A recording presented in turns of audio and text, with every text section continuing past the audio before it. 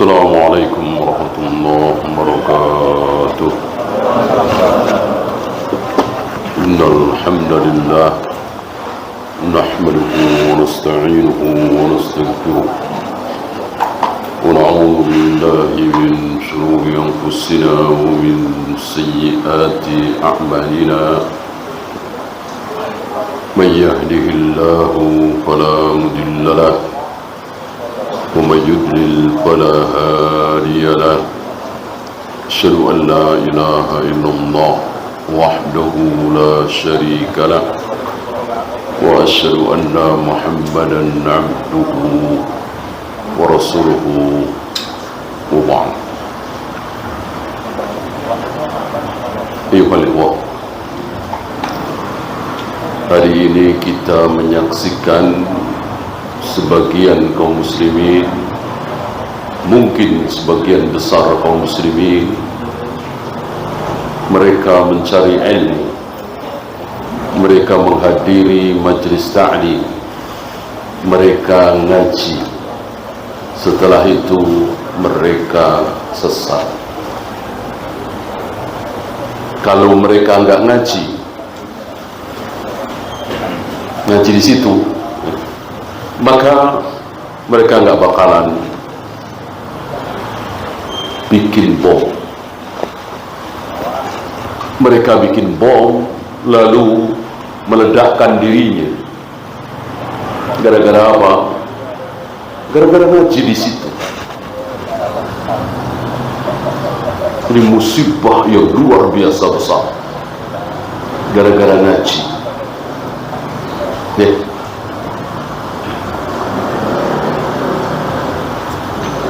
Antum mungkin masih ingat Ustaz Abdurrahman Ayyub, ya kan? Beliau ini mantan rahimahullah, ya. Beliau pernah berbicara kepada saya bahwa cukup setengah jam untuk membikin si fulan yang lugu ini, tapi dia anak baik, seorang muslim yang baik pada dasarnya, ingin masuk surga, nggak mau masuk neraka, ingin mendapatkan ridha Allah, dia tidak ingin mendapatkan murka Allah, dia bukan seperti pelacur, pemabuk, penjudi, pembunuh, enggak. Justru dia sedang mencari akhirat.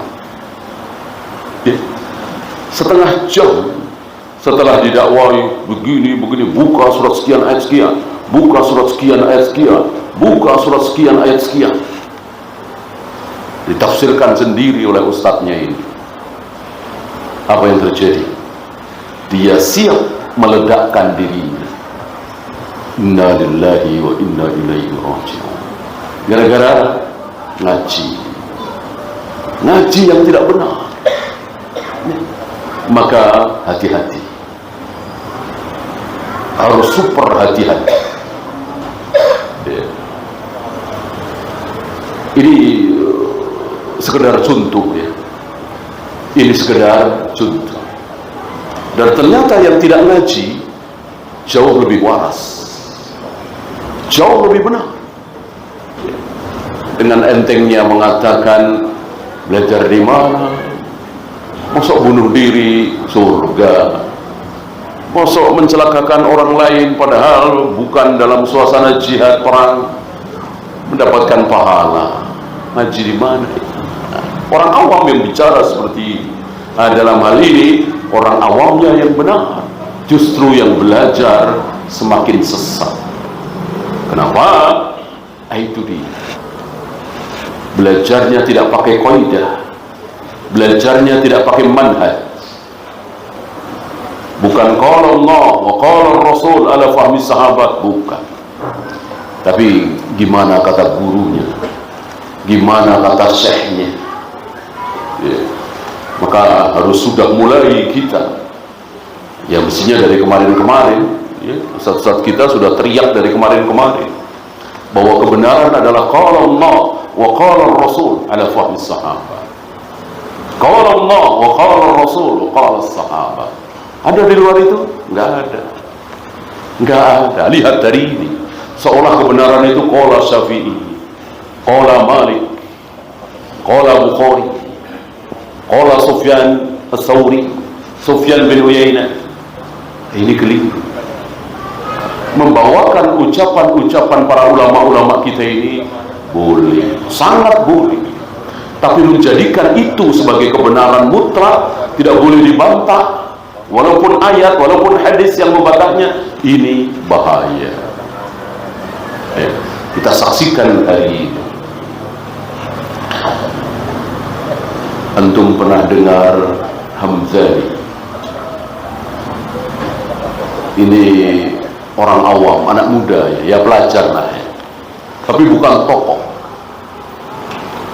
Bukan tokoh. Yang tokoh adalah Al-Juwaini. Ini tokoh Asy'ariyah, hafal Al-Quran, hafal ribuan hadis. Tapi karena manhajnya salah. Manhajnya bukan qala Allah wa qala Rasul ala fahmi sahabat, tidak. Tapi di mana gurunya? Walaupun dia hafal Al-Quran, hafal ribuan hadis, tetapi lebih sikoh dengan gurunya daripada dalil. Jadilah dia menyimpulkan bahwa Allah itu tidak di atas, Allah itu tidak di bawah, Allah itu tidak di kiri, Allah itu tidak di kanannya. Asy'ariyah, antum tahu seperti apa? Dia bawa ayat, dia bawa hadis yang mendukung pendapat dia bahwa Allah tidak di atas, Allah tidak di atas langit, Allah tidak bersemayam di atas arsy, karena arsy kan paling atas. Allah laisa lahu jihah, kata dia. Sebuah ucapan yang terkenal di Asy'ariyah, Maturidiyah, Ahlul Kalam, tapi tidak pernah keluar dari lisan Nabi sallallahu alaihi wasallam. Allahu laisa lahul jihah. Allah tidak punya arah. Allah tidak ada arahnya.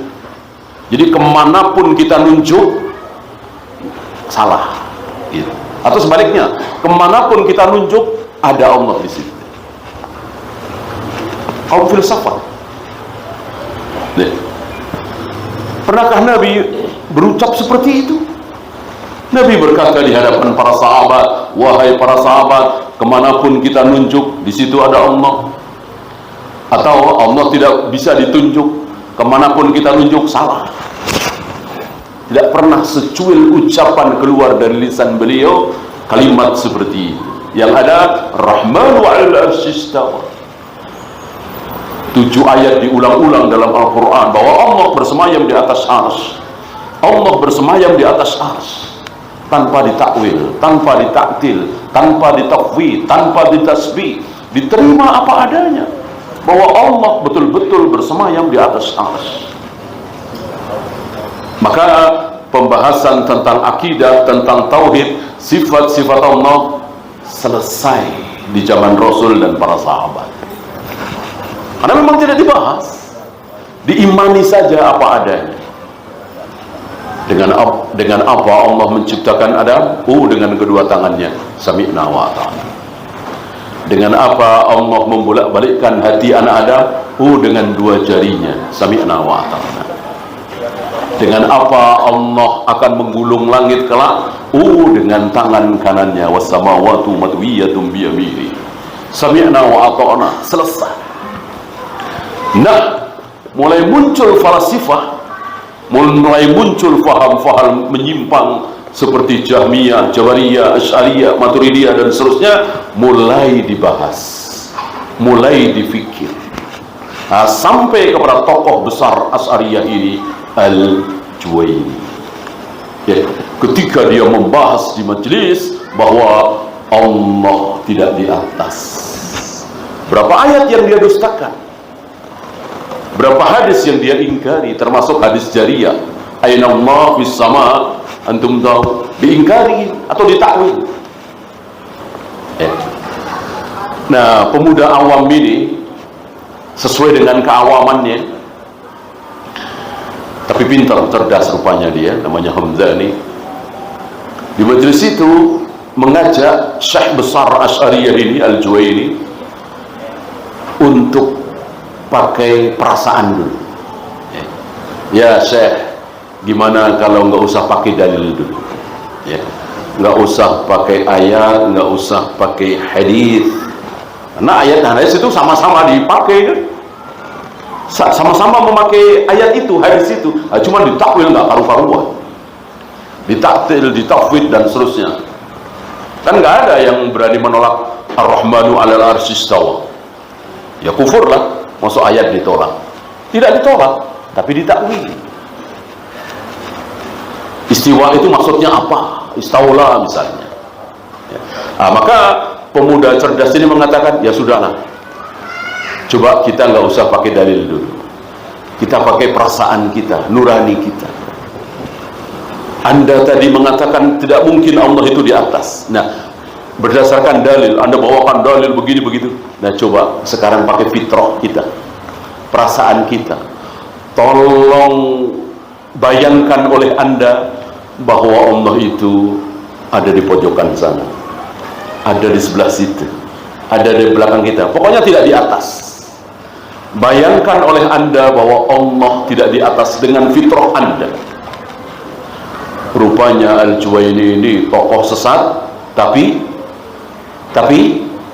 jujur. Jujur, orang-orang dulu itu banyak yang sesat tapi jujur. Ya. Seperti lawan debat Imam Syafi'i, sesat luar biasa tapi jujur. Ketika ditanya pendapatmu ada di mana? Ada di Al-Quran? Jujur, nggak ada. Di hadis? Nggak ada juga. Ucapan sahabat? Nggak ada juga. Lalu engkau ambil dari mana? Jujur, menunjuk ke kepalanya, ke otaknya. Saya berpikir sendiri, jujur dia. Termasuk Al-Juwaini, jujur dia. Ya. Dia dengan fitrahnya, dengan perasaannya ingin membayangkan bahwa Allah itu tidak di atas, ternyata nggak sanggup. Jujur. Dan kejujuran dia menyebabkan dia berhenti, menyebabkan dia diam, karena dia jujur. Dan dari situlah Allah berikan hidayah. Gak sanggup, fitrah awam gak sanggup membayangkan bahwa Allah itu tidak di atas, gak sanggup. Itu sesuai dengan fitrah manusia, orang-orang awam. Maka nenek-nenek kita yang nggak pernah ngaji, nggak pernah belajar salaf, mungkin nggak kenal manhaj salaf yang sesungguhnya. Kakek-kakek kita dulu waktu kita di kampung dan seterusnya, sampai sekarang barangkali mereka mengatakan di saat tertentu, saat genting, sudah tidak bisa usaha apa-apa, sering keluar dari mulut mereka, ya sudahlah, kita serahkan saja kepada yang di atas. Lihat, ini sesuai fitrah manusia, ya, karena dia awam. Awam itu bagus fitrahnya. Maka berapa banyak kebenaran dalam Al-Quran dan Sunnah sesuai dengan fitrah. Maka Asy'ariyah, Maturidiyah, Ahlul Kalam, Falasifah, Mu'tazilah, mereka menentang fitrah sebagai manusia. Mosok meyakini bahwa Tuhan itu tidak di atas. Ya. Ini sangat-sangat sesuai dengan fitrah manusia. Maka beliau Al-Juwaini ini, tokoh besar Asy'ariyah ini, kemana-mana sering berteriak, sering bergumam, sering mengulang-ulang ucapan Khayyarani Hamdani, Khayyarani Hamdani. Aku disadarkan oleh Hamdani, aku disadarkan oleh Hamdani. Jujur beliau. Ini. Maka jangan sampai nanti kita justru belajar, habis itu sesat. Ya. Karena terkena syubhat. Ya. Belajar ngaji 3 bulan ngaji, nggak mau lagi sholat di masjid terdekat, ya, padahal nggak ada kuburannya. Ya. Kenapa? dia terkena syubhat. Jangan sholat berjamaah di masjid yang ada bid'ahnya. Jelas ini syubhat. Mana ada larangan sholat berjamaah di masjid yang ada bid'ahnya. Bahkan qarinah menunjukkan, walaupun tidak sharih ya, fa in asabu falahum walakum.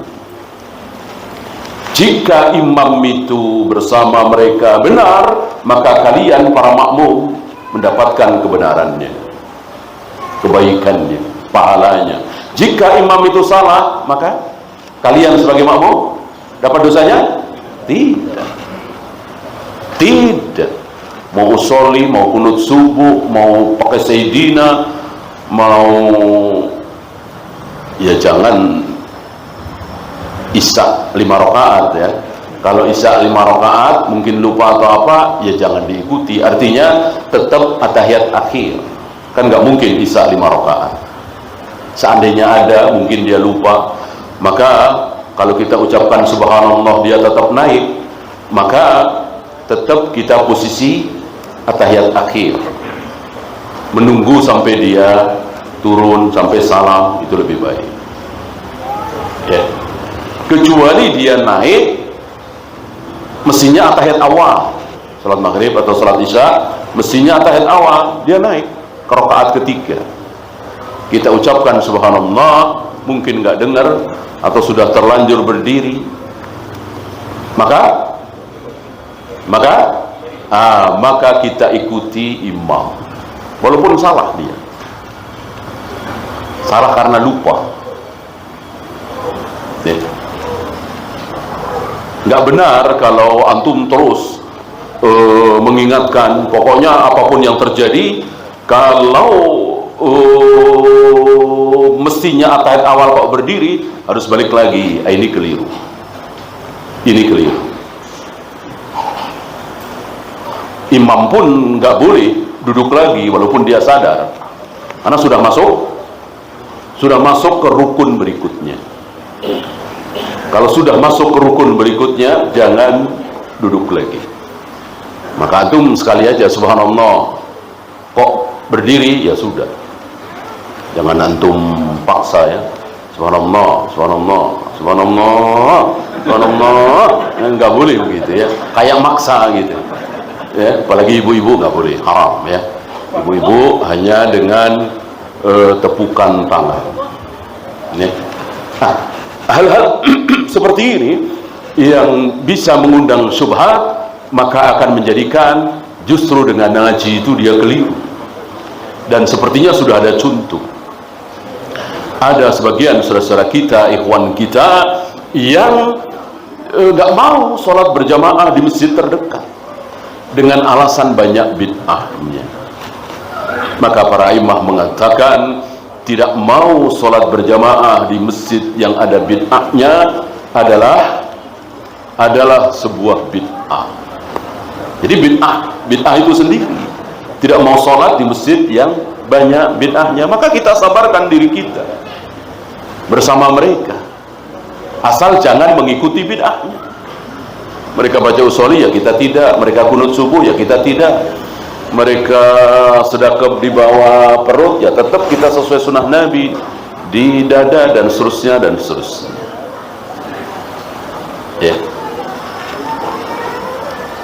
Ya, kita lanjut ke contoh-contoh. Ini sekedar contoh saja ya, betapa saudara-saudara kita ini menjadi sesat karena justru ketika mencari ilmu.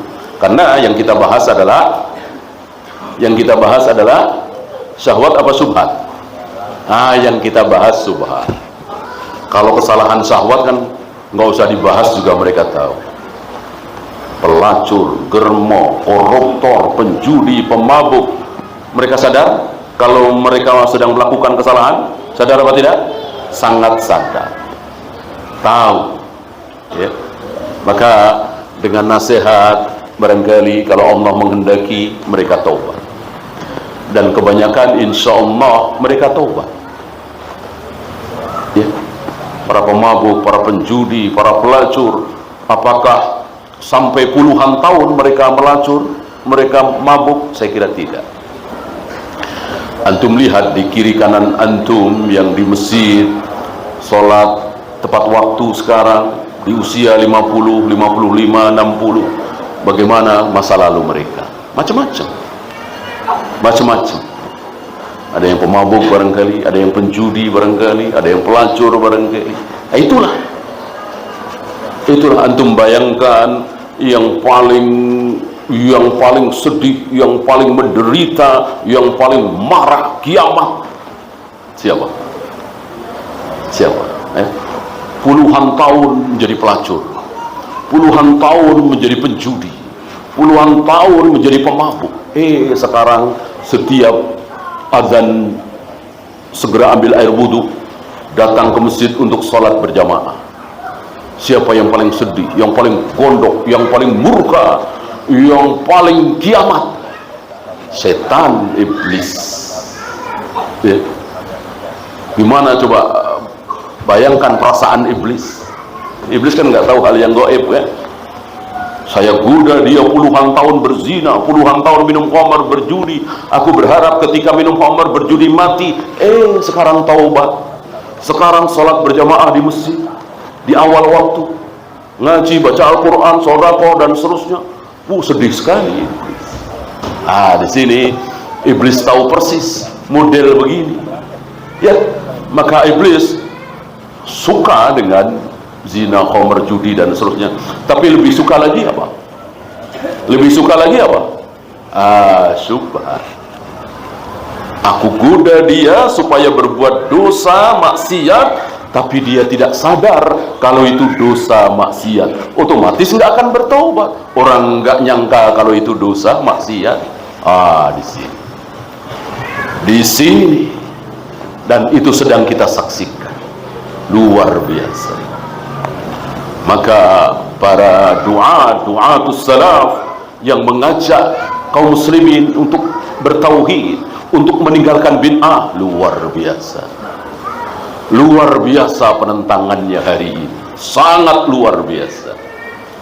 Coba kalau dai-dai salaf itu nggak usah bahas syirik, nggak usah bahas bid'ah, udah bahas saja supaya kaum muslimin jauh dari zina, khamr, judi, supaya sholat berjamaah di masjid, insya Allah nggak ada tantangan, kecuali sedikit sekali barangkali. Tapi apakah boleh begitu? Udahlah, kita cooling down aja dah. Udahlah, sementara dah. Ya mungkin 5 tahun 10 tahun lah, nggak usah bahas kitab tauhid, nggak usah syarhus sunnah, nggak usah usul salasah, karena ini yang bikin mereka marah. Atau boleh juga pakai kitab-kitab itu, tapi nggak usah lah sebut ini syirik, ini bid'ah, contoh-contohnya. Begitu? Boleh begitu? Ya bukan dakwah namanya. Justru dakwah da'i itu seperti, kata Ibnu Qayyim ini, seperti dokter. Da'i itu seperti dokter.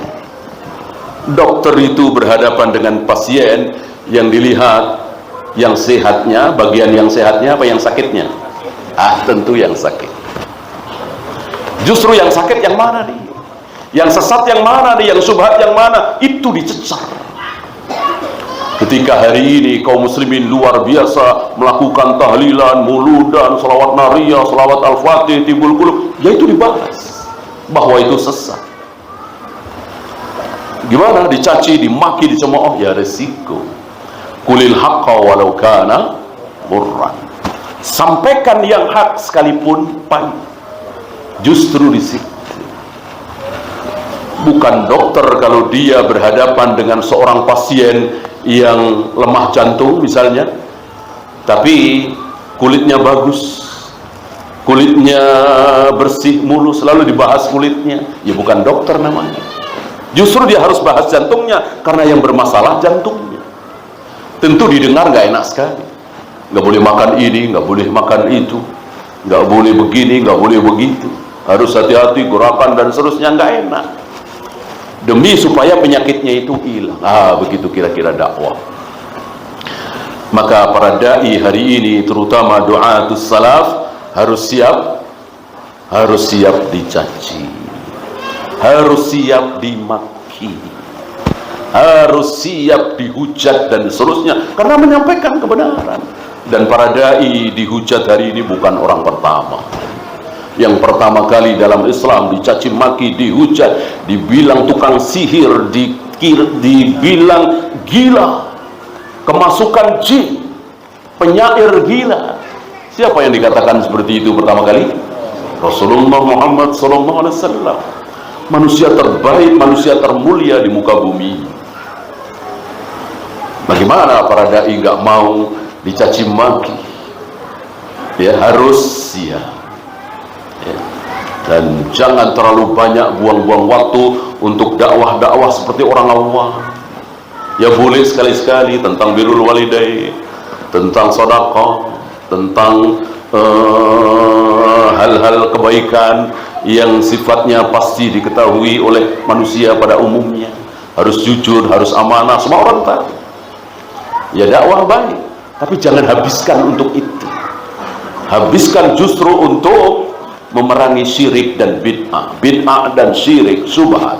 Agar apa? Agar saudara-saudara kita ini selamat. Selamat dari syirik, selamat dari bid'ah.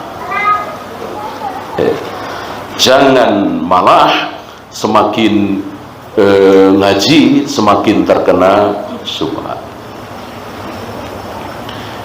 Termasuk sebagian saudara kita yang tidak mau sholat di belakang imam-imam tertentu. Ini sudah mulai kedengeran. Saya nggak mau. Imamnya begini, imamnya begini. Ini bagian dari syubhat. Kita tidak diperintahkan oleh Allah dan Rasulnya untuk mengorek, mengetahui akidah manhaj imam kita. Maka ketika antum masuk dalam satu masjid, kok sedang sholat berjamaah, ada imamnya di situ, ikut. Nggak perlu tahu imamnya itu apa, Asy'ariyah, Maturidiyah, Jahmiyah, Jabariyah, Khawarij, nggak perlu tahu. Saya dengar sebagian ikhwan, kalau dia tahu ya bahwa dia terkena subhat ini, nggak mau jadi makmum. Ini sangat keliru. Ini salah. Antum tahu para sahabat pernah bermakmum kepada siapa? Para sahabat ini Abu Bakar, Rasulullah, Abu Bakar, Umar sudah wafat. Kaum muslimin dipimpin oleh Utsman. Hari itu para sahabat di Masjid Nabawi diimami oleh siapa? Oleh Khawarij. Madinah dikuasai oleh Khawarij. Utsman nggak berani keluar rumah, keluar mati. Dan akhirnya mati kan, dibunuh. Antum tahu akhir kehidupan Utsman yang sudah dinubuatkan oleh Nabi alaihi salatu wassalam ketika Abu Bakar datang, dan di situ ada Abu Hurairah, ya Rasul, ketika Nabi berada di tepi sumur di satu kebun kurma milik orang Ansar, sendirian, hanya ditemani oleh Abu Hurairah. Lalu Abu Bakar minta izin untuk mendekat. Kata Nabi, izinkan dia masuk dan berikan kabar gembira bahwa dia akan masuk surga. Masuk. Setelah itu tidak lama Umar, ya Rasul, Umar juga minta izin. Kata Nabi, izinkan dia masuk, mendekat kepadaku dan berikan kabar gembira kepada dia bahwa dia akan masuk surga. Kemudian Utsman,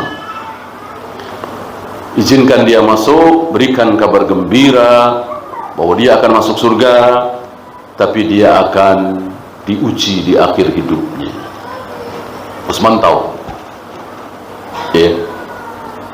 bahwa beliau akan teruji dan akhirnya terbunuh. Dan terbunuhnya tidak seperti Umar.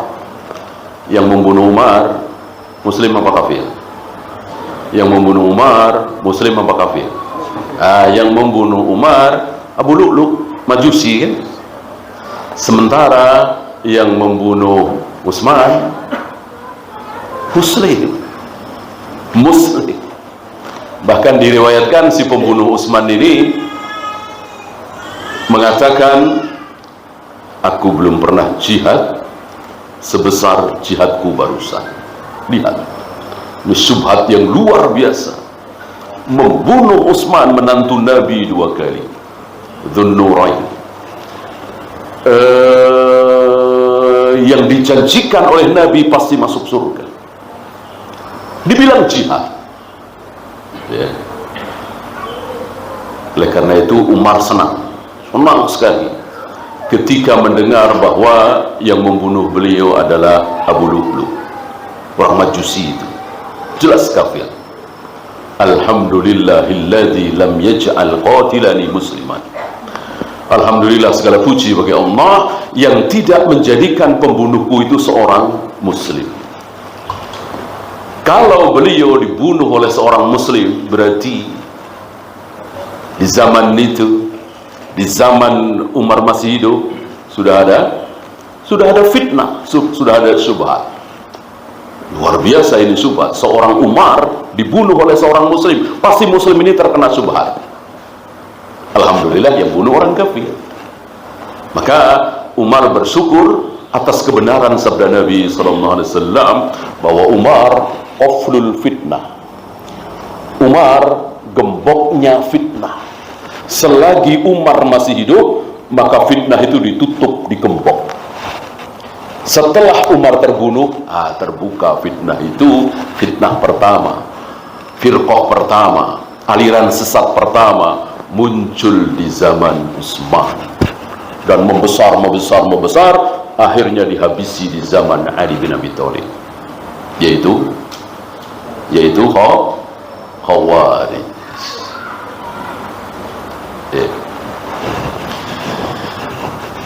Nah, ini sebuah contoh besar bahwa para sahabat saja mau bermakmum dengan ahlul bidah besar. Bid'ah pertama di muka bumi dalam Islam, Khawarij. Dan itu atas nasihat Utsman. Beberapa sahabat, kalau tidak salah Ibnu Umar, mendatangi beliau, kami tidak suka bermakmum kepada para pemberontak kita, Khawarij itu. Kata Utsman, sholat itu sebaik-baik perbuatan. Maka ketika orang buruk, orang sesat melakukan sebaik-baik perbuatan, ikuti dia. Luar biasa kejujuran seorang Utsman, ya.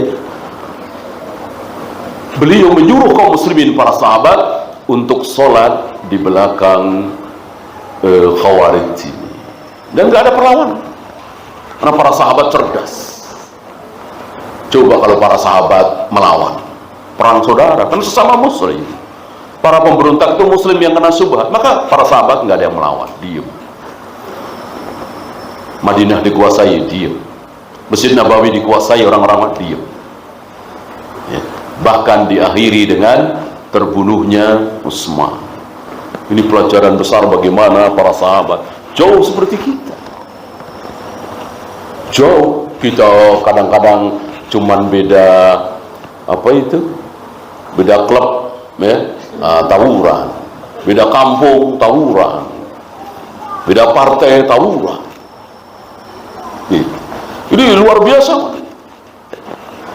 Para sahabat pas menerapkan irtikabu akhafid dararain, mengambil mudarat yang lebih kecil.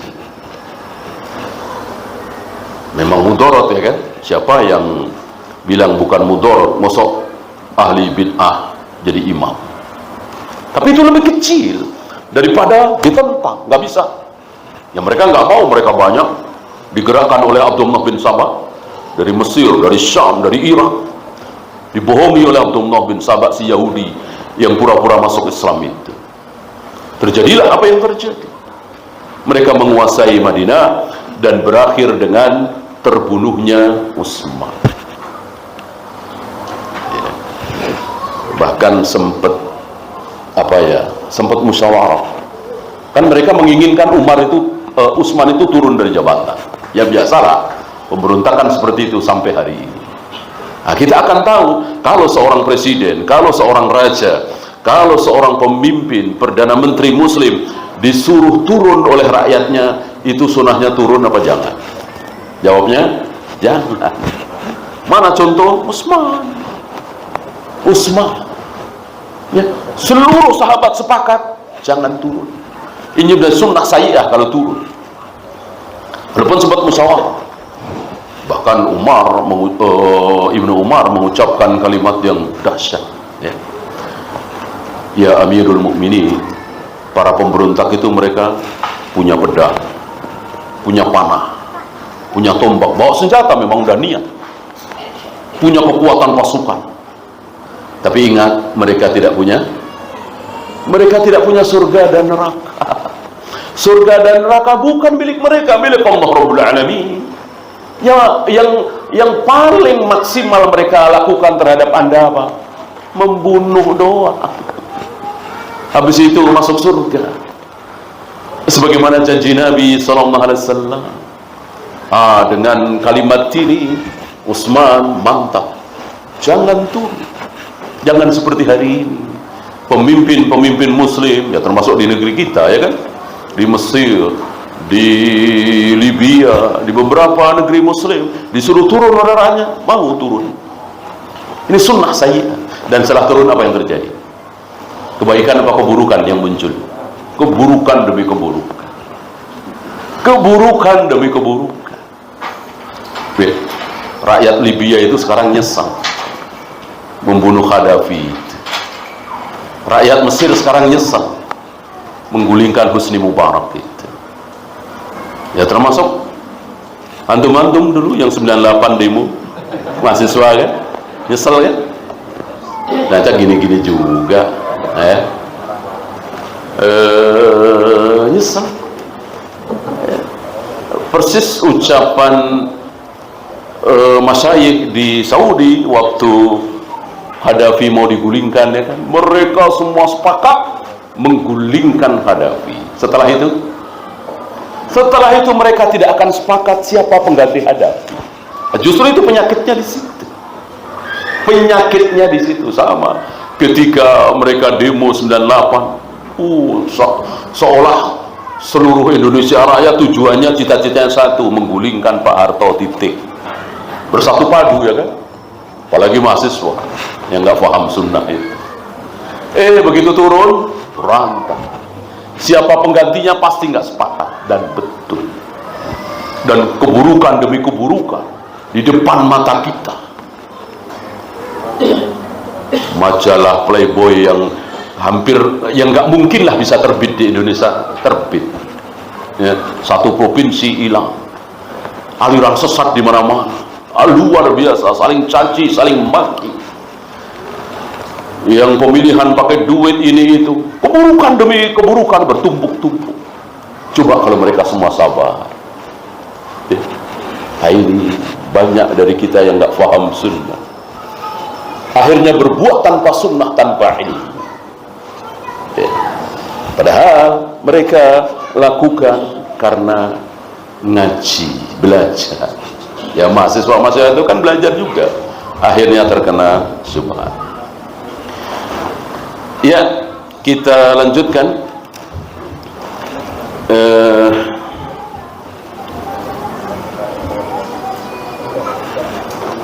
Antum pernah dengar barangkali Naisabur, ya. Naisabur itu terkenal sebagai satu desa yang tidak kemasukan ilmu filsafat, ahlul kalam, karena bukan kota, ya. Tidak seperti Baghdad, Syam, ya. Hari itu ilmu filsafat masuk ke negeri Islam, dan salah satu musibah di antara musibah-musibah besar. Diawali dari syubhat yang mengena pada diri Khalifah Al-Ma'mun. Antum tahu siapa Khalifah Al-Ma'mun? Terkena syubhat falasifah ahlul kalam di bawah asuhan Ibnu Abi Du'an. Akhirnya beliau sampai kepada kesimpulan yang beliau yakini, bahwa Al-Quran adalah makhluk. Al-Quran adalah makhluk ciptaan Allah. Sebuah kalimat yang tidak pernah keluar dari lisan Nabi SAW. Justru yang keluar dari lisan Nabi SAW apa? A'udzu bikalimatillahi tammati min syarri ma khalaq. Itu yang keluar dari lisan Nabi sallallahu alaihi wasallam. Aku berlindung kepada apa? A'udzu bikalimatillah. Aku berlindung kepada kalimat-kalimat Allah. Kalimat-kalimat Allah ada di mana? Ada di Al-Qur'an, ada di Injil, ada di Taurat, ada di Zabur. Firman Allah, Al-Qur'an. Aku berlindung kepada Al-Quran dari keburukan yang Allah ciptakan. Kalau Al-Quran itu makhluk, bolehkah kita berlindung kepada makhluk? Haram, syirik. Berarti Nabi mengajarkan doa syirik. Berarti Al-Quran bukan makhluk. Al-Quran adalah ucapan Allah, firman Allah, suara Allah, bukan makhluk, bagian dari sifat Allah. Nah, kita boleh berlindung dengan kalimat-kalimat Allah, tidak syirik. Masuk Nabi mengajarkan doa syirik? A'udzu bikalimatillah. Yang syirik, aku berlindung kepada penghuni pohon besar ini, aku berlindung kepada penguasa pantai selatan ini, aku berlindung kepada penguasa batu besar ini. Itu syirik. Aku berlindung kepada kalimat-kalimat Allah Al-Quran, tidak syirik. Ya.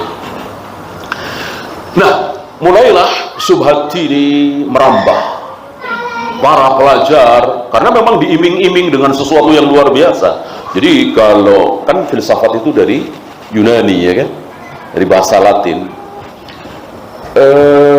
itu diterjemahkan dalam bahasa Arab secara besar-besaran, dan upahnya besar sekali. Diupah dengan emas seberat kitab yang diterjemahkan. Kita tahu kertas hari itu kan nggak mungkin tipis-tipis seperti sekarang kan, pasti tebal-tebal, berat. Ada yang pelepah kurma, ada yang tulang belulang, berat, ya kan. Nah, setelah menerjemahkan kitab-kitab filsafat ke dalam bahasa Arab, ditimbang. Misalnya 1 kilo kasih emas 1 kilo, setengah kilo kasih emas setengah kilo. Luar biasa. Nah, menyesalah tokoh-tokoh tertentu.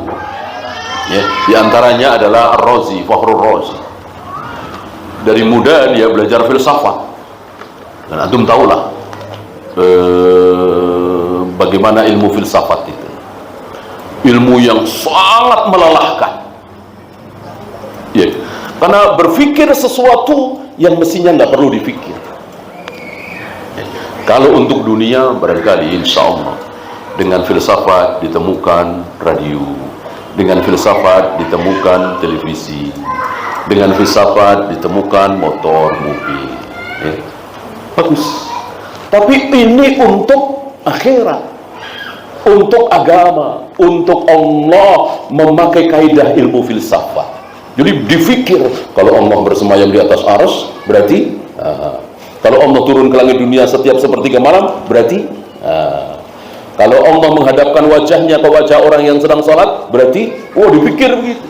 Wah, jadilah sesat sesat-sesatnya. Sementara Rasul dan para sahabat, anak-anak tolong di itu ya. Sementara Rasul dan para sahabat tidak pernah menyimpulkan seperti itu, berpikir seperti itu. Ya, bersemayam ya bersemayam, turun ya turun. Tentu turunnya Allah tidak mungkin sama dengan turunnya siapapun. Nah, Ar-Razi ini yang sudah bertahun-tahun, puluhan tahun belajar filsafat, menyesal sesesal-sesalnya. Dia membayangkan, dia mencita-citakan, menginginkan seandainya dia menjadi kakek-kakek, nenek-nenek Naisabur. Kenapa? Karena ilmu kalam tidak sampai situ, pelosok. Ya. Jadi lelah selelah-lelahnya. habis waktu kami, habis tenaga kami untuk mengumpulkan qala wa qila.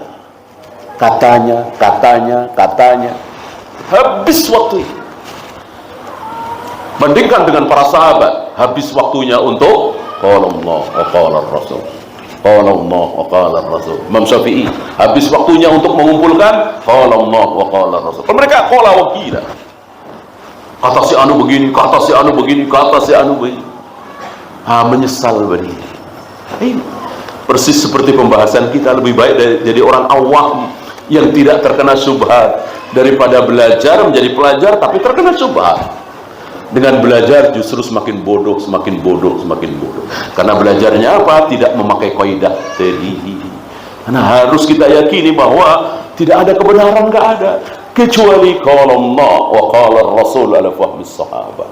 Di luar itu tidak boleh dikatakan sebagai kebenaran mutlak. Ya paling pendapat lah. Menurut Imam Syafi'i begini ya, ya menurut beliau bagus begitu. Menurut Imam Ahmad begini. Ya. Maka para imam ketika beristihad mereka mengatakan ra'aitu, nazartu. Ya. Ini menurut pengamatan kami. Ini menurut ya. Jangan sampai kita bernasib seperti beliau. Ar-Razi ini salah satunya, termasuk Al-Ghazali. Imam Ghazali yang sangat terkenal dengan kitabnya Ihya Ulumuddin, itu pun sama, menyesal, dan dia mengaku dengan bahasa Al-Quran ya, dalam surat Yusuf, bidu'ati fil hadis musjad. Ini kata-kata langka sepertinya ya. Maksudnya perbendaharaan ilmuku dalam bidang hadis itu sedikit sekali, sangat sedikit sekali. Ini pengakuan jujur beliau. Dan setelah Al-Iraqi mentaklik, mengomentari hadis-hadis yang ada di Ihya Ulumuddin, itu 990 sekian, hampir 1000. Itu hadis yang la aslalahu, tidak ada asal usulnya. Bukhari nggak ada, di Muslim nggak ada, Nasai nggak ada, Tirmidzi, Abu Daud, Ibnu Majah nggak ada asal usulnya, nggak bersanad. Belum yang dhaif, belum yang maudhu. Ya. Dan beliau sama seperti tadi bertaubat di akhir hayatnya. Beliau sayang umur beliau tidak begitu panjang, kira-kira 54 atau 55 tahun beliau wafat. Muridnya yang walillahil ham kembali ke manhaj salaf mengatakan, seandainya Allah berikan umur panjang pada guru kami, insya Allah beliau akan menulis sesuatu yang luar biasa, yang hak. Ya. Saat beliau wafat ditemukan Sahih Bukhari di pelukan beliau. Artinya beliau kembali kepada hadis. Karena hari itu mungkin ya seperti hari ini, hari ilmi lebih dahsyat. Belajar hadis itu diolok-olok. Ya sama sekarang ya. Antum bawa hadis ke mereka. Rasulullah naik turun. Waktu Mi'raj ya, ketemu dengan Nabi Musa, naik lagi. Ketemu dengan Nabi Musa, naik lagi, disuruh naik. Mereka mengolok-olok. Apalagi yang ada di Bukhari, yang Nabi Musa menampar pipi malaikat maut sampai matanya terjatuh mencelat. Tertawa terbahak-bahak mereka. Di sabda Nabi SAW ada di Bukhari, ditertawakan oleh mereka. Ya, antum mahasiswa dosen UIN itu mentertawakan sabda Nabi alaihi salatu wassalam. Keluhan ini pernah dikeluhkan oleh Imam Ahmad. Di mana? Di Irak, di Baghdad. Kami habis, kami dicaci, kami dimaki, kami dihujat ketika kami belajar hadis, meyakini sabda-sabda Nabi alaihi salatu wassalam. Kecuali setelah datangnya Imam Syafi'i. Ketika Imam Syafi'i datang ke negeri kami, ke Baghdad, baru berkibar. Nah, kecerdasan beliau luar biasa. Itu ahlul kalam yang mencaci maki para pelajar hadis dibikin bertekuk lutut di hadapan Imam Syafi'i. Ada dua tokoh besar mereka bertekuk lutut di hadapan Imam Syafi'i, yang bernama Abu Thawr dan Husain Al-Qarabisi. Dari pagi sampai sore sampai malam mendatangi rumah Imam Syafi'i. Mereka bertanya, dijawab oleh beliau. Mereka bertanya, dijawab oleh Imam Syafi'i. Dan jawabannya nggak jauh dari qala Allah wa qala Rasul. Qala Allah wa qala Rasul. Jawabannya itu terus. Belakangan dua orang ini mengatakan, malam itu kami tinggalkan rumah Imam Syafi'i, sekaligus kami tinggalkan syubhat kami, bid'ah kami, dicuci habis oleh Imam Syafi'i. Ya, inilah pendahulu-pendahulu kita. Kalau debat itu tidak di depan umum, tidak depan forum, gaya-gayaan, sok-sokan, ya kan? Berdua, bertiga, lebih jujur. Enak mengakui kesalahan. Kalau di depan forum kan gengsi. Apalagi yang ini bawa masa, yang ini bawa masa, sorak-sorak, kayak apa itu? Nggak ada harganya ilmu. Tidak seperti itu. Bukan untuk gaya-gayaan, sok-sokan. Ilmu itu dipakai untuk diamalkan. Ketika kita beda pendapat, kita siap rujuk. Seandainya pendapat kita memang lemah, siap rujuk ke pendapat yang kuat, dan seterusnya. Ya. Jangan sampai kita bernasib seperti mereka. Maka sudah saatnya kita belajar ini pakai manhaj. Jangan pokoknya asal itu ucapan syekh, titik. Asal itu kata ulama, titik. Ya mundur lagi kita. Apa bedanya dengan firqah-firqah itu? Firqah-firqah itu begitu, dari ujung ke ujung sama semua. Sekali beda, siap bikin firqah baru. Ya mirip-mirip partai kan gitu. Partai kan ya harus sama kan, dari kebijakannya dari atas ke bawah. Begitu beda, ya bikin partai baru. Beda lagi, bikin partai baru. Jangan seperti itu. Ya, antum tahu Syekh Albani pernah didebat oleh Syekh Ali Hasan. Ya, guru dan murid. Beda pendapat, nggak masalah. Kebenaran milik Allah dan Rasul. Walaupun akhirnya Syekh Ali Hasan ini rujuk saat Syekh Albani sudah wafat. Kalau tidak salah, tentang bolehnya dakwah masuk parlemen. Waktu itu Syekh Albani menjawab tidak boleh, haram. Syekh Ali Hasan waktu itu masih muda sepertinya, boleh ya berdebat, adu argumen di hadapan para asatidzah di Malang waktu itu. Beliau mengatakan, kami rujuk saat guru kami sudah wafat. Ya. Artinya murid mendebat guru dan akhirnya gurunya menang atau kalah, ini hal yang biasa, sangat biasa ya. Bahkan lebih dahsyat dari itu, Nabi Sulaiman dikalahkan perdebatannya, disalahkan oleh sesuatu yang lebih rendah dari kita semua. Seekor burung hudhud ya. Burung hudhud tahu, justru Nabi Sulaiman yang tidak tahu. Nah, ini ilmu ya. Kalau kita seperti firqah-firqah itu, enak memang, nggak usah capek-capek belajar qala Allah, qala Rasul, tapi ya itu tadi, jadi jumud. Jadi seolah agama yang sampai ke otak kita itu ya semuanya dari syekh itu, semua dari ulama itu ya. Bahwa para syekh, para ulama memberikan dalil, betul, sangat betul sekali ya. Tapi jangan dikembalikan bahwa kebenaran itu milik syekh itu, milik kiai itu, milik ulama itu ya. Maka antum jangan ketika seorang syekh menyampaikan hadis tentang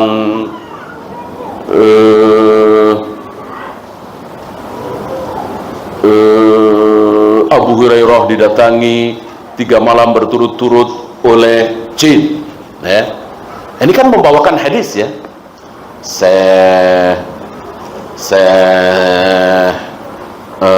Ali Hasan misalnya, ya kan. Nah, antum jangan bilang kemana-mana kata saya Ali Hasan, Abu Hurairah didatangi jin 3 malam berturut-turut. Jangan. Beliau kan cuma membawakan kata Nabi SAW. Nah, kita banyak seperti itu, ya.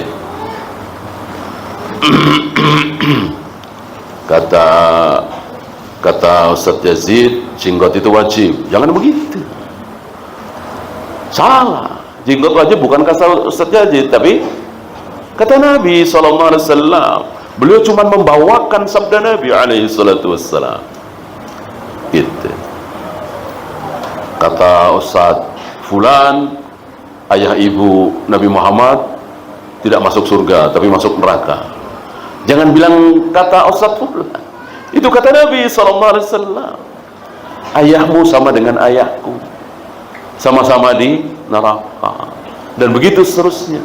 Jadi ustadz kita, kiai kita, ulama kita, syekh kita itu cuma perantara saja, membawakan sabda-sabda Nabi SAW. Dengan demikian nanti ketahuan ini beliau bawakan ayat hadis apa pendapat beliau pribadi, gitu.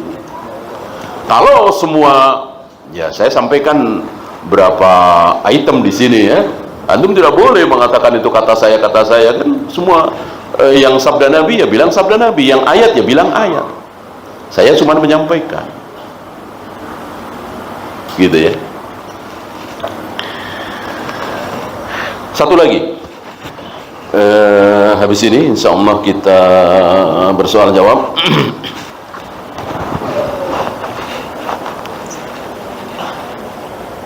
Ini banyak sekali di kiri kanan kita, ya.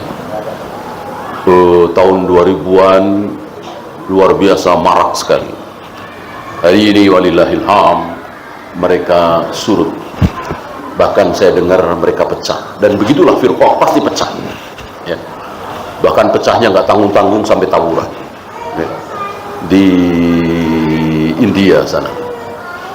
Nah, mereka ini, sepak terjang mereka dalam dakwah ini disalahkan oleh siapa? Antum tahu? Oleh tukang bakso, tukang soto, ya, tukang mie ayam, ya, kuli panggul.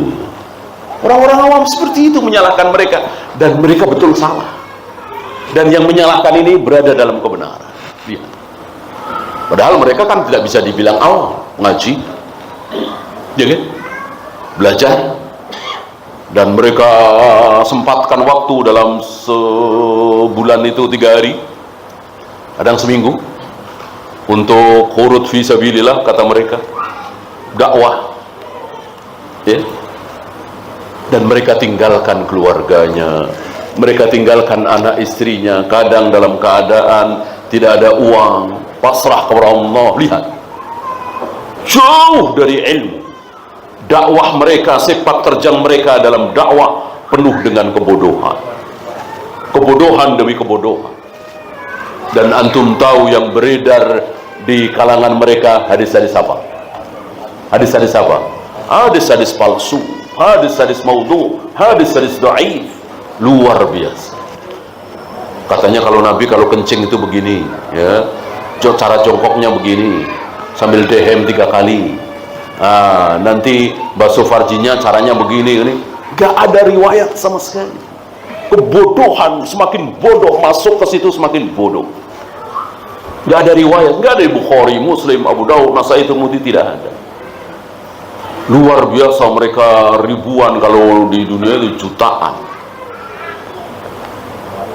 Deh, mungkin ada di antara antum mantan kali, ya.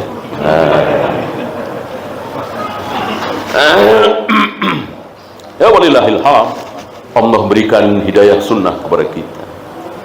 Pastilah, termasuk saya kan, tidak mungkin sunnah dari kecil, ya kan. Kita kenal sunnah tuh rata-rata ya sudah kuliah, sudah SMA, ada yang sudah kerja, ya kan? Antum masih ingat di TK dulu atau SD diajari Allah bersemayam di atas arsy? Ada? Nggak ada. Nggak ada. Yang ada sifat 20. Subhanallah semua. Hafal saya kira antum, ya? Saya aja kayaknya masih hafal tuh, wujud, qidam, baqa, mukhalafatul lil awadid. Batil. Ya isinya betul, tapi membatasi 20 itu.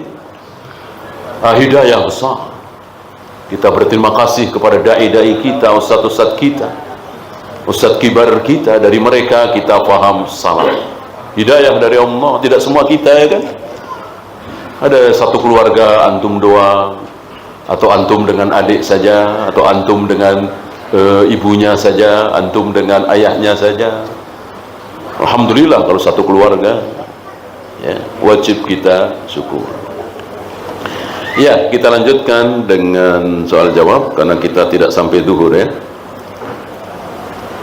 Silakan kalau ada pertanyaan.